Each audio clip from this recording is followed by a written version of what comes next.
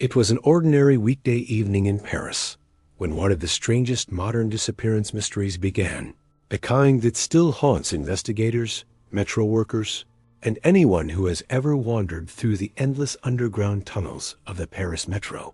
But before we dive into the night, a young woman stepped into a train and was never seen again. Ask yourself something. How can a person surrounded by cameras, passengers, lights, and security vanish inside one of the busiest transport systems in Europe without leaving even a fraction of a clue? Because tonight on Creepy Vanish, we're diving deep into a story that still keeps people awake. A story that feels like a nightmare stitched into reality. A story many Parisians don't like talking about anymore, because the more you learn about it, the more it feels like something is watching you from between the dim lights of the metro tunnels. Something that maybe doesn't want the truth coming out. Her name was Elise Moreau, a 27-year-old graphic designer living in the 11th arrondissement.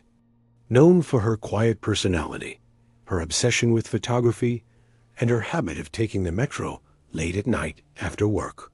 She wasn't famous, she wasn't wealthy, and she had no enemies. At least that's what the people around her believed. But what happened on the night of October 12, 2017, would turn her into a ghost story whispered among metro staff and late-night commuters. Because Elise didn't just disappear. She evaporated into thin air in a place where disappearing should be almost impossible. According to CCTV footage released later, Elise entered the Metro Line 8 at Fader Cellini station around 11:23 p.m., looking tired but calm, checking her phone, adjusting her scarf, and carrying the same brown leather bag she always took to work. Nothing looked strange, except for the fact that she kept glancing behind her every few seconds, like she felt someone was following her. But no one else was caught in the frame, just her reflection in the glass and the dim fluorescent lights flickering above her head as the train pulled in. She stepped inside the third carriage, took a seat near the door, and the train rolled off toward Madeleine Station. But here's where the mystery begins, because Elise was seen entering the carriage. The train moved, and between those two stations, the cameras inside the carriage recorded every passenger except Elise was gone before the train arrived. Missing from footage, missing from the seats, missing from every angle. And nowhere on the tapes is she seen getting off. She was simply there, and then she wasn't. Investigators initially assumed a camera glitch, but every other passenger inside was visible and accounted for. Elise's absence was the only anomaly, and when the train reached the next station, she didn't step out, wasn't captured on exit cameras, and didn't appear walking along the platform afterward. The train driver later testified that he remembered something odd. Just before arriving at Madeleine, the emergency brake lights blinked for a split second inside one carriage, something that happens only when someone opens the internal door between train cars. But nobody was seen doing that on camera, and workers searched the tracks and tunnels thoroughly. No traces, no clothing fibers, no footprints, nothing. What made things creepier was a fragment of audio picked up by a maintenance microphone in the tunnel between the stations around 11:25 p.m., just minutes after Elise boarded.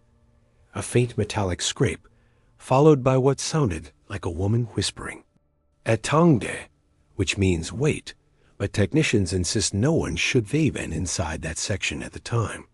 Rumors began to spread among metro workers that there are maintenance corridors and old, sealed-off service tunnels that don't appear on public maps.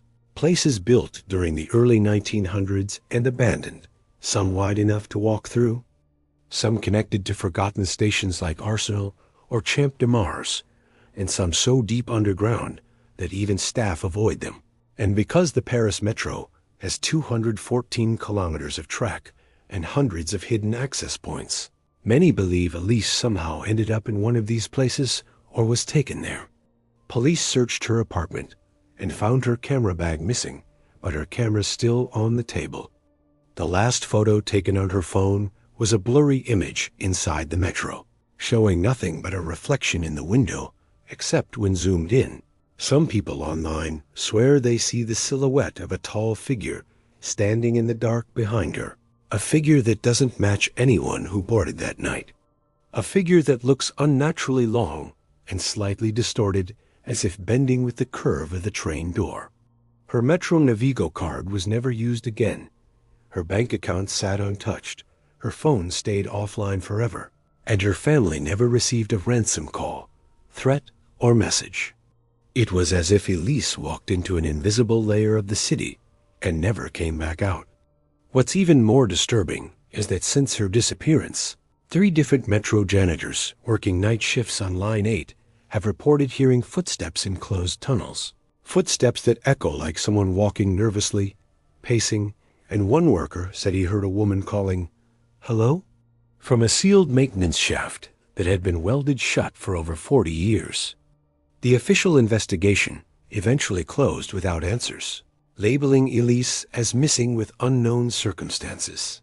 But her file is still used in training exercises for new Metro staff on how unexplained vanishings are documented. And even today, some commuters purposely avoid boarding the third carriage late at night because, according to urban legend, if you look into the windows as the train passes that dark mid-tunnel stretch between stations, you might see a faint reflection of a woman sitting there alone, even when the seats are empty.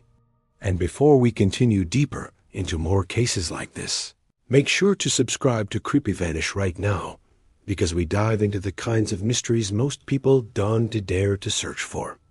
And if you're someone who reaches the end of stories like this, you're exactly the kind of person this channel is made for.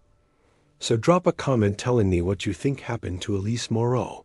Hit the like button so more people can discover this case, and subscribe so you don't miss what's coming next. Because trust me, the next disappearance we're covering is even darker.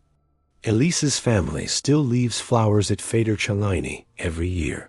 But what they don't know is that Metro workers swear that around the same date, every October, the emergency lights inside the third carriage blink, for no reason right, at the same spot where Elise vanished. And if that's just a coincidence or something else hidden beneath the city waking up again, well, that's for you to decide.